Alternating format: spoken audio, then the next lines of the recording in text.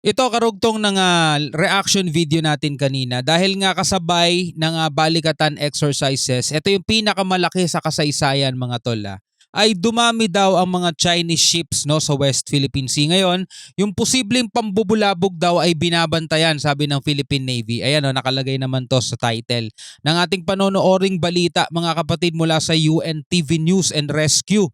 No, tayo naman ay magbibigay lamang ng reaksyon. Hindi po tayo ang magbabalita. So hindi to peking balita at hindi to fake news Hindi tayo magbabalita. Tayo ay magre-reaction, magbibigay ng komentaryo at opinion sa balitang panonoorin natin. So tayo hindi tayo AI generated, totoong tao tayo mga tol at wala tayong ginagayang mga boses o kaya yung mga tinatawag nilang deepfake mga kapatid, di tayo gumagawa ng ganyan. Kaya samahan lang ninyo ako mga tol, huwag niyong kakalimutan mag-subscribe. Click nyo na rin ang notification bell para ma-notify kayo pag may mga bago tayong reaction video tulad nito. At syempre sana suportahan natin ang ating gobyerno at sana huwag nyo kalimutan pakilike na rin natin tong video to para ma-recommend pa ni YouTube at dumami pa ang mga Pilipinong makakapanood. At baka sakali mabawasan ng mga pro-China rito sa Pilipinas na imbis ipagtanggol ang bansa mas kinakampihan pa nila yung mga mananakop. Alright, so wag na natin patagalin to, panoorin na natin to mga tol. So there's been a surge in the presence of the maritime militia, specifically in Baholi, Masilok, and Patasa. This coincided with the launching of Balikatan.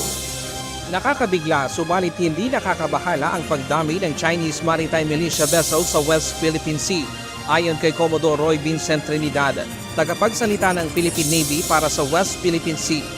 Yung Chinese militia vessels nila para sa mga hindi nakapanood nung isang reaction natin kanina. Ginagamit nila yan kunyari no mga tol, mga pangisda, mga Chinese militia vessels. Actually pangisdang barko talaga yan militia vessels na yan. Kaso under yan ng PLA mga tol. At kumbaga parang front yung mga yan.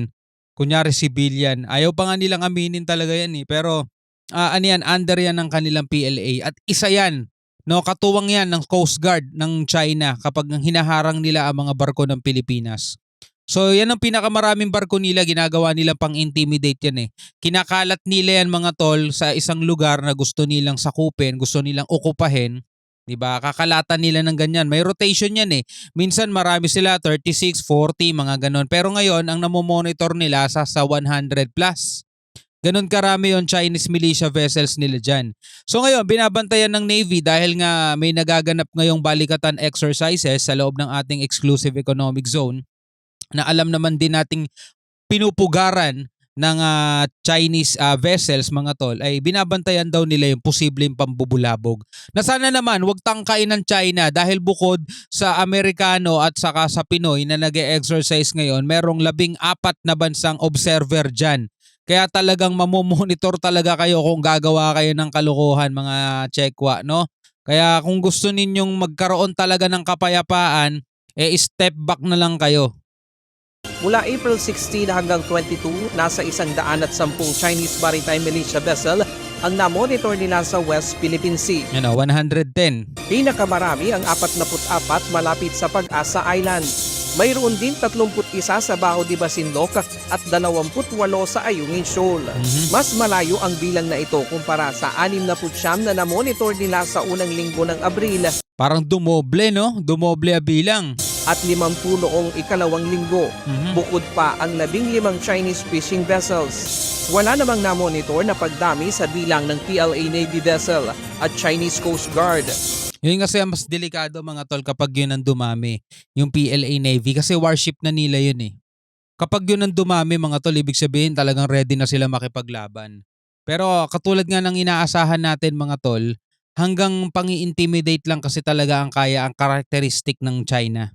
Yun lang ang talagang ginagawa nila actually. At saka hindi kakayanin pa ng bansa nila lalo na ngayon bagsak din naman sa ekonomiya bansa nila. Sa dami ng mga bansa ngayon pumupuna sa kanila, pati di ba yung G7 binubuo yan ng 7 malalakas na bansa mga tol. Kinukundi na rin yung ginagawa nilang harassment at pangbubulas dito sa West Philippine Sea. At yun nga pinapalagan ng China no.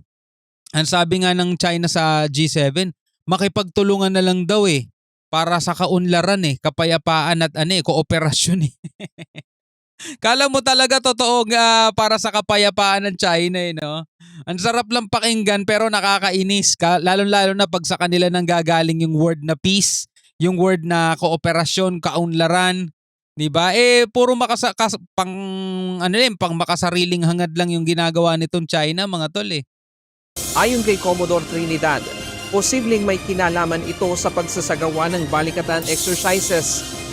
It could, our monitoring for the past 2 months for March and April has given us a fairly constant from a low of 33 to a high of 69 and an average around 60 various vessels of China.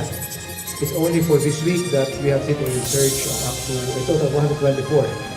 3 PLA Navy, 11 Coast Guard, and 110 Maritime Militia. So yes, this coincides with balikatan.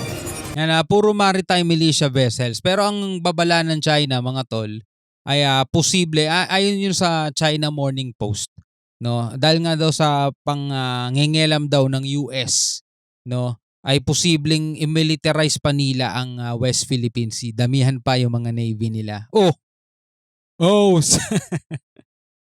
Well, posible din naman talagang gawin nila yan, mga tol. Hindi malabo yun dahil may sira sila sa ulo Pero tingin mo magsisimula ng gera. Malabo yan, mga tol.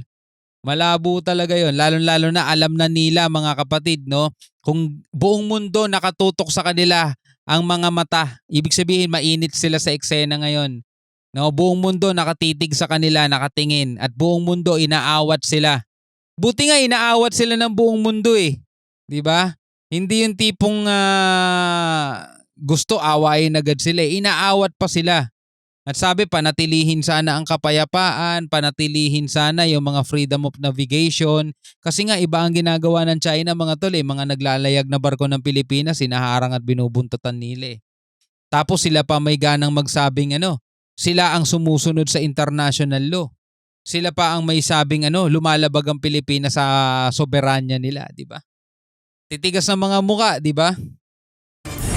Hindi normal ang biglang pagdami ng bilang na ito ng Chinese Maritime Militia na nasa iisang lugar lamang na nakahimpil at nagkukumpulan. Ngunit hindi naman nababahala ang Philippine Navy rito. Hindi rin nila inaasahan ng China na manghihimasok sa isasagawang balikatan exercise kung saan magsasagawa rin ng multilateral maritime exercise sa West Philippine Sea. No. Kahit ako hindi ko inaasahan hindi ko iniisip na mambubulabog sila o kaya manghaharang ng barko. Biruin mo, puro mga warship yun, naharangin nila. Hindi nila pwedeng gawin yun kasi labag sa batas pa yun pag ginawa nila. Dahil tulad nga nung una nang sinabi ng ating mga AFP at ng mga opisyal dyan, ito ay batay at meron silang sinusunod na order, rules-based order at naayon sa international law itong gagawin nilang paglalayag at mga balikatan exercises na to. So ibig sabihin legal, legit, di ba? Kaya kung manggugulo ang China, mga tol, hindi sila malalagay sa mabuting sitwasyon. Alanganin ang kalalagyan nila.